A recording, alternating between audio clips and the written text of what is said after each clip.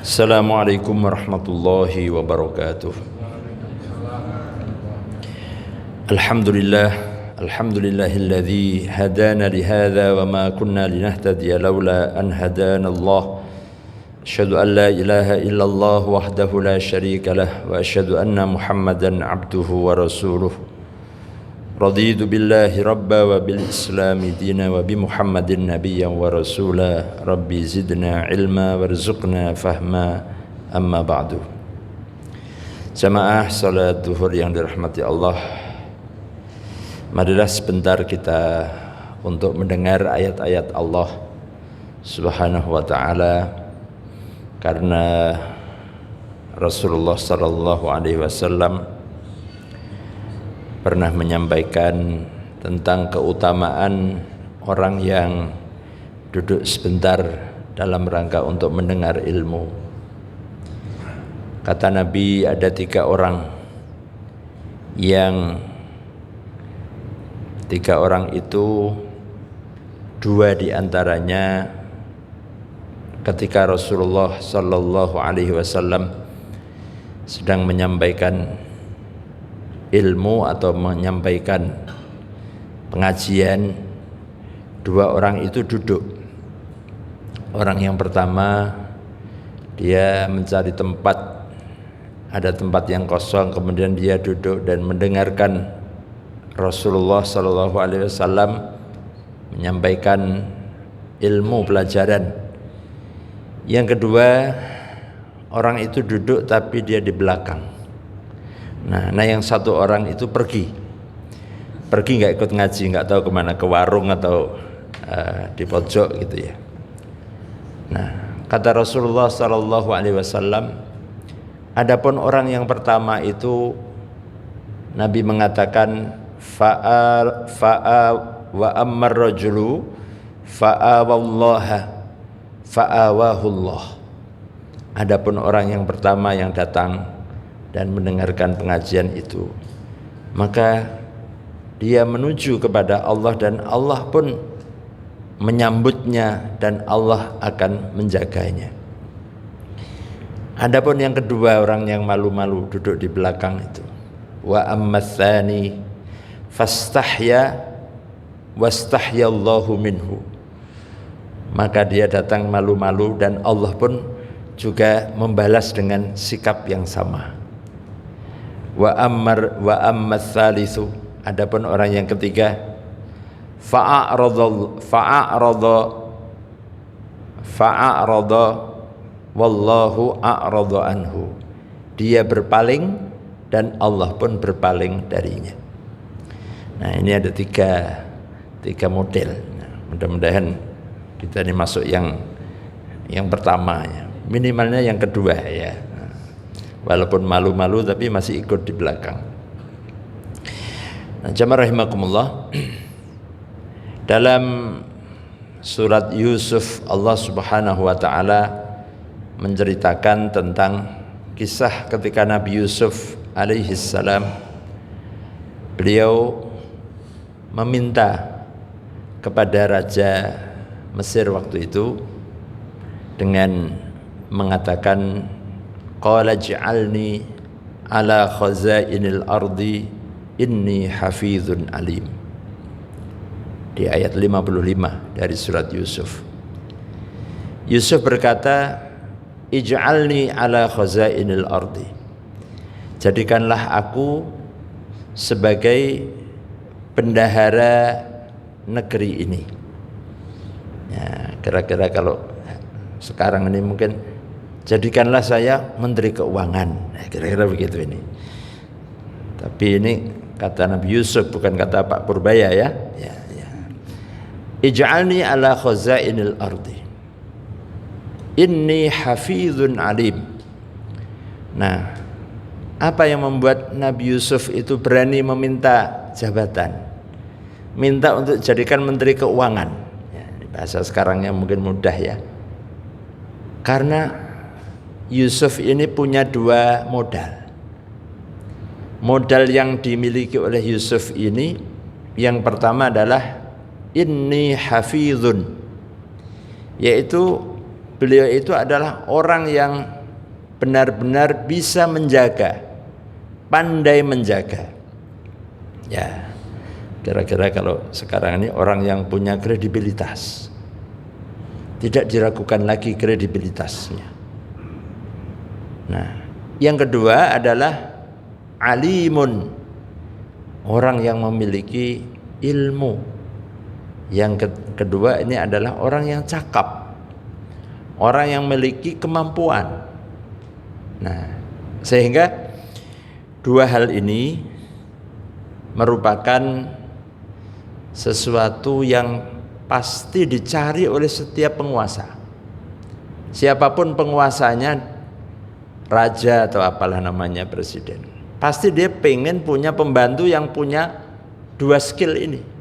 Pertama adalah orangnya ini amanah, orang punya kredibilitas, sehingga dia nggak khawatir lagi jangan-jangan nanti dia korupsi. Enggak, yakin dia hafizun, mampu untuk menjaga. Yang kedua adalah orangnya pinter, karena orang amanah saja nggak cukup. Ya, kalau dia nggak punya ilmu, ya dia bisa kalah sama mafia. Maka harus memiliki kedua-duanya, hafizun dan juga alimun. Ya, nah, jemaah rahimakumullah, dan dua-duanya itu dimiliki oleh Nabi Yusuf alaihissalam. Ya, nah maka para ulama ketika mentafsirkan ayat ini, Nabi Yusuf meminta kekuasaan, meminta jabatan, sama sekali bukan untuk kepentingan dirinya. Kalaulah seandainya Nabi Yusuf itu beliau meminta jabatan ini untuk dirinya, maka tidak menguntungkan bagi Yusuf. Kenapa? Karena juga nggak ada janji, nggak ada apa istilahnya keuntungan yang akan yang dijanjikan oleh dengan jabatan itu. Tetapi Nabi Yusuf melihat bahwa posisi itu adalah posisi yang membawa maslahat yang paling besar bagi negerinya, bagi masyarakatnya. Maka dalam hal ini para ulama mengatakan bahwa hukum asalnya meminta jabatan itu nggak boleh. Ya, Rasulullah SAW pernah menegur sahabat ketika minta jabatan. Ya, tetapi para ulama mengatakan ketika jabatan itu tidak ada yang mampu, orang yang mampu untuk mengambilnya atau untuk mengembannya, kemudian dia tahu bahwa dirinya itu dia mampu, maka boleh di saat itu seseorang itu menawarkan diri untuk menjadi atau meminta jabatan tersebut. Nah, sebagaimana ya kalau kita umpamanya ngelamar pekerjaan, ya sekarang ini kan ada sistemnya namanya lelang jabatan. Ya, sekarang untuk jabatan-jabatan tertentu sudah dengan lelang. Artinya orang harus bisa menunjukkan portofolionya. Ya, apa yang sudah bisa, apa track recordnya apa, jasa-jasanya apa. Nah, tentu ijazahnya juga harus jelas gitu. Ya, nah itu satu hal yang sudah pasti. Nah, maka hadirin rahimakumullah, bahwa di sini Nabi Yusuf beliau semata-mata adalah karena untuk mendatangkan kemaslahatan. Kenapa? Karena di waktu itu negeri Mesir itu menghadapi ancaman kelaparan, kekeringan. Ya, maka Yusuf yang beliau punya kapasitas, punya ilmu tentang itu, maka memberanikan diri dan menawarkan, wahai raja, jadikanlah aku sebagai menteri keuangan, bendahara negara yang berhak untuk mengatur ya, bagaimana keuangan negara, bagaimana mendistribusikan kekayaan negara ini. Nah, kemudian beliau menyampaikan modal yang dimilikinya, inni hafizun alim. Nah, maka kalau kita sedikit-sedikit ya mengambil surat ini menjadi dalil, ya maka harus mengacak, harus tahu diri. Ya, pertanyaannya bahwa kalau saya minta jabatan, apakah pertanyaannya kita ini sudah hafizun alim? Ya. Nah, dibuktikan dengan apa? Hafizun alim itu. Ya, kalau di dunia modern ini sekarang serba sertifikasi ya. Ya. Nah, ada kalau dalam perbankan ada manajemen risiko ya, ada level-level ya. Nah, kalau di macam-macam lah, tergantung di bidang apa dia. Nah, hadirin rahimakumullah, maka dua hal ini juga yang menjadikan Nabi Yusuf itu ketika awalnya beliau di penjara ya, karena dikriminalkan ya, tetapi dengan modal itu kemudian beliau menjadi orang yang begitu terhormat dan dimuliakan. Maka jamaah rahimakumullah, dua modal ini jika kita miliki maka hendaknya betul-betul kita jaga. Nama baik ya, kita ini dikenal ya, track record itu harus betul-betul amanah dijaga betul.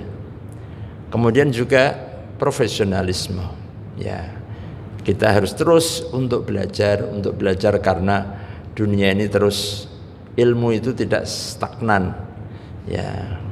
Wa fawqa kulli dzi ilmin alim, di atas ilmu itu ada ilmu itu terus berkembang, terus tidak akan pernah berhenti. Nah, ketika kita mengikuti, kita dinamis ya, terus mengasah diri, meningkatkan kemampuan kita, insya Allah kita bisa sebagaimana Nabi Yusuf tersebut. Meskipun Nabi Yusuf adalah seorang nabi rasul yang memang diistimewakan, tetapi paling tidak para nabi-nabi itu adalah sebagai panutan, sebagai contoh, sebagai cermin bagi manusia kita yang bukan dipilih oleh Allah sebagai nabi atau rasul, tapi rasul-rasul menjadi inspirasi bagi kita.